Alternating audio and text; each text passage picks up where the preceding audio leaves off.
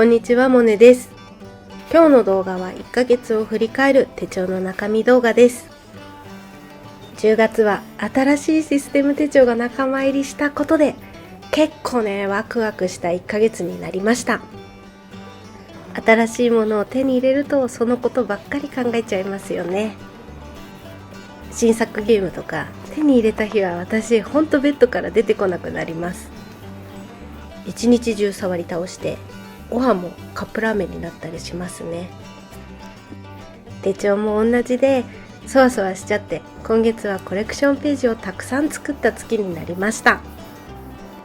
ということでいつになく今月はいろいろとね、賑やかなページが増えた月になりましたので、振り返りも楽しくなるんじゃないかななんて思ってます。一緒に楽しんで見ていただけたら幸いです。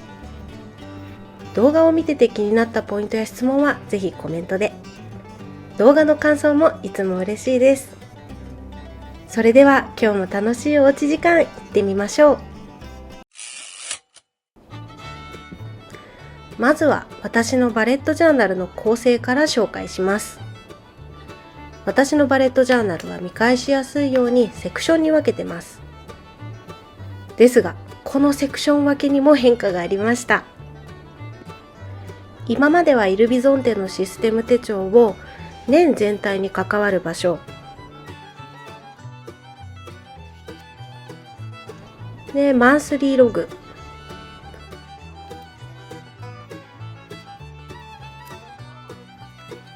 で、コレクションページ、この3つに分けていて、ページ番号をつけやすいように年全体とマンスリーログの前、それとコレクションページの前の2箇所にインデックスページを挟んでました。ですが今月からは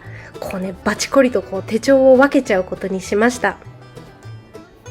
イルビゾンテのシステム手帳に年全体に関わる場所、それとマンスリーログ、あれですね、スケジュール管理関係がこっちの手帳っていう感じです。そして新しく仲間入りしたこちらのシステム手帳にコレクションページということで、ノートの複数使いがあんまり得意ではない私だったんですが、目的がしっかり分けてあればそんなに苦手意識持たなくてもいいかもしれないなんて思いました。実際コレクションページは私にとって気持ちの余裕がある時に作っているものなので、月ごとに活躍してくれるヒントがまばらでした。逆にマンスリーログは毎日開いてます。それにマンスリーログはスケジュール管理なので持ち歩きも頻繁ですが、コレクションページを開くタイミングは家の中ばかりなので、お家に置いておく置き手帳で十分 OK でした。使う頻度と持ち歩く頻度に差があったので、分けちゃうことはそこまで困ることじゃなかったです。新しく仲間入りしたこのおしゃれなクリアシステム手帳はこちらの動画で詳しく紹介しているので、よかったら見てみてください。本当はこの手帳2022年からって思って1日2日は我慢したんですが無理でしたね。速攻で使っちゃってます。ここからはマンスリーログ。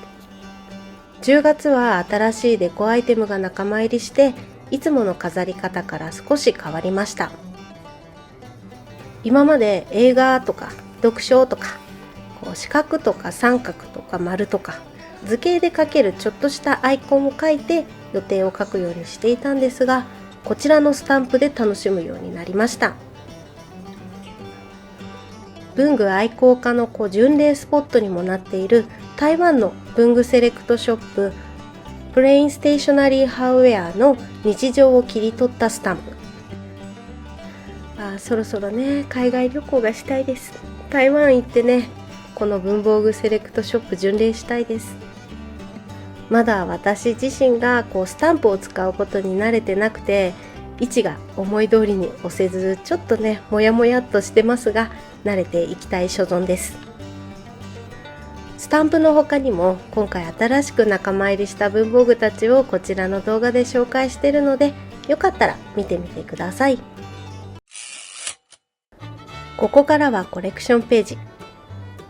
今月から新しく手帳が仲間入りして、スケジュール系とコレクションページで分けています。ということでね、手帳の選手交代です。今月はワードローブページとマステスウォッチページが増えました。ワードローブページは一気に完成するのは難しかったので、とりあえずトップスとボトムスとワンピースとかコートのようなロングタイプのものをバインダーに挟めるように3種類のサイズを作っておきました。衣替えのタイミングや着替える時に時間があれば洋服を着る前に写真をちびちび撮って今はストックしている状態です。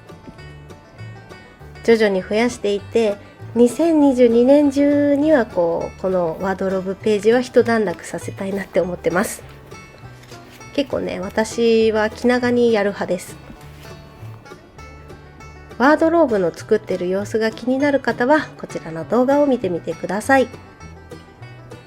ワードローブ動画のコメントでアクセサリーや靴とかファッション小物のアイディアをくださった方がいて、うわー確かに小物もまとめたいってなったので、ちょっとねまだ改良していきたいところですね。こうやってコメントでアイディアの幅を広げてくださったりとか、やっぱね私では考えつかなかったこととかコメント読んでると出てくるのでめっちゃ楽しいです。一緒に手帳の時間過ごしてくれてるんだなって私自身すごく嬉しくなるんですよね。お次はマステスウォッチページ。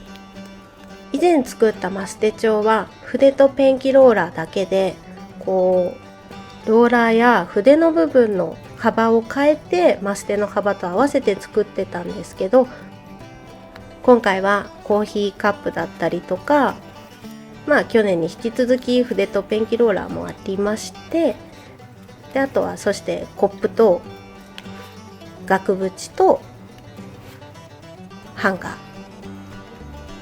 マステの幅に合わせていろいろ追加してみました。3ミリ幅のマステはちょっとね細いので2本線にして柄にしてみたりとか、額縁はものによってなんですけど肖像画のようになります。切ったも一緒にスウォッチにまとめてみました。自分で言うのもなんですが結構ね可愛くできたんですよね。アルバムみたいになってきたのでコレクション欲のようなものが出てきてしまって、マステをまた買いたいななんてね気持ちが芽生えていますが、できるだけ1個使い終わったら1個増やすっていう風にしているので、ぐっとこらえて今は我慢しております。インスタのリールに投稿したんですよ。なかなかねインスタ更新しない私なんですけど、思いのほか見ていただいて、このリフィルの販売はしないんですかってお問い合わせが多かったんですが、まだまだねちょっと調整が足りないので、調整をいろいろとしていい感じになったなって自分の中で納得できるものになったらショップにアップしようと思っています。インスタやツイッターで告知しますので、よかったらフォローしてお待ちください。今日の動画は1ヶ月を振り返る手帳の中身動画でした。今月はね、珍しくコレクションページが増えて賑やかな月になりました。一緒に振り返り楽しんでいただけましたでしょうか。どのページが好きだったかよかったら教えてくださいね。ということで今日も最後までお付き合いありがとうございました。今日の動画が参考になったよって方や楽しかったよ、応援してるよなんていう方はぜひグッドボタンとチャンネル登録をお願いいたします。いまいちだった場合も正直にパッドボタンを押しちゃってください。もっと楽しんでもらえる動画を作ろうって思わせてくれる私にとって大切なボタンです。それではまた金曜日にお会いしましょう。モネでした。